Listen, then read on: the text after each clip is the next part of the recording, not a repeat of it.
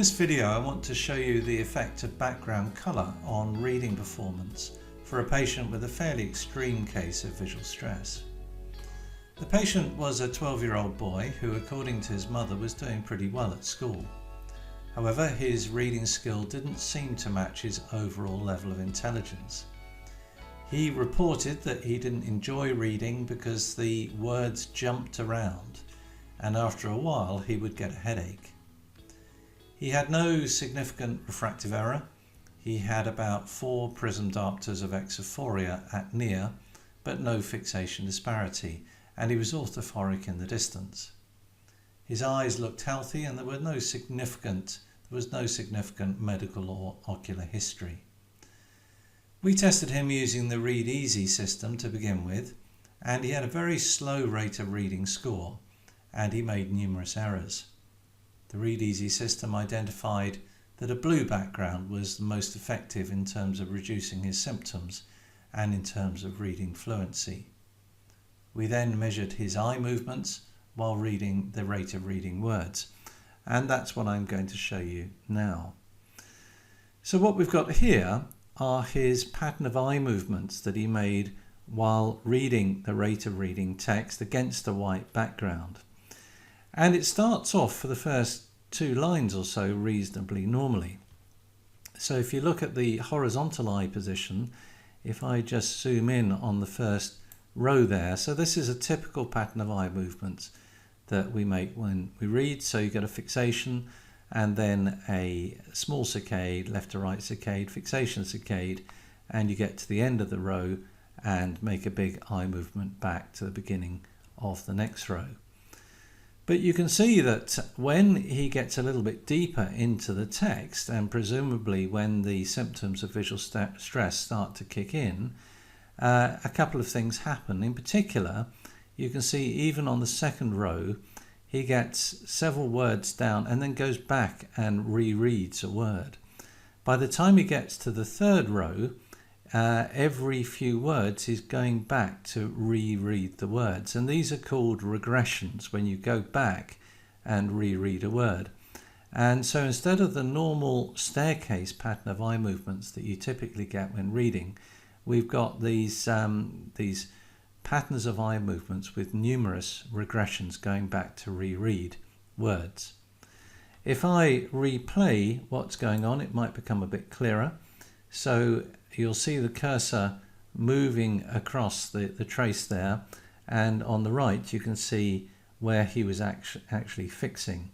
And we're now in the second row, and this is still a reasonably normal pattern of eye movements. By the time we get to the third row, you can see that he now goes back, makes a regression, rereads a word, it sort of loses his place a little bit, maybe even skips to the row below, and then goes back and rereads a word. This is becoming a very abnormal pattern of eye movements, and is presumably caused by the fact that the words are moving and wobbling, and so he's finding it difficult to keep his place. So we'll just stop that, and if I show you the next recording, which was taken with exactly the same background text, but this time with a blue background. And you can see straight away that this is a far more normal pattern of eye movement. So we've got a straightforward staircase pattern of eye movements, so a succession of saccades and fixations. We've still got the odd regression. There's a regression there and there's a regression there. But if we now replay that, I think you'll agree that that's a far more normal pattern of eye movements. He is reading much faster, getting through the words, getting through the rows much more quickly, and with fewer regressions.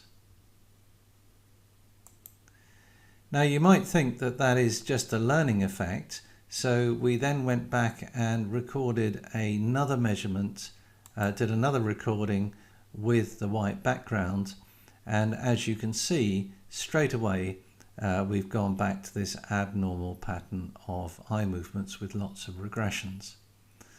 So the eye tracker allows us to visualize exactly what's happening when he's reading. We can see straight away from the pattern that the color is having a fairly dramatic effect on his reading performance.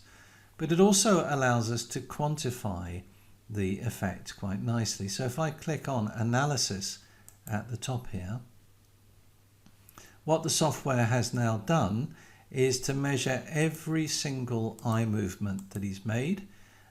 So we've got the duration of each fixation and also the size of every saccade. And it's identified the regressions where he's gone back to reread the words. So what we have on the right here is the duration of every fixation, and you can see that after the first couple of rows his fixation times tend to increase because he's finding it more difficult to read, and this gives us a frequency histogram of the fixation durations, showing that he's got quite a few longer fixations, which implies he's struggling a bit to read. But the really interesting one is this one here, which shows the size of each saccade. So on the first row we've got lots of little left to right saccades, and then a big right to left saccade, then a little corrective saccade. But by the time we get to the second row, already he's making a regression, going back, making a right to left eye movement in the middle of the row. All the rest were pretty well okay. By the third row you can see that there are numerous regressions where he's going back and rereading lots of words, and that continues throughout the whole recording. And this gives a frequency histogram of the size of all the saccades, and all of these red bars here are regressions of different sizes. And at the top of the screen we have some summary statistics, like the total number of regressions is 26. So that's a lot of regressions in a relatively short recording.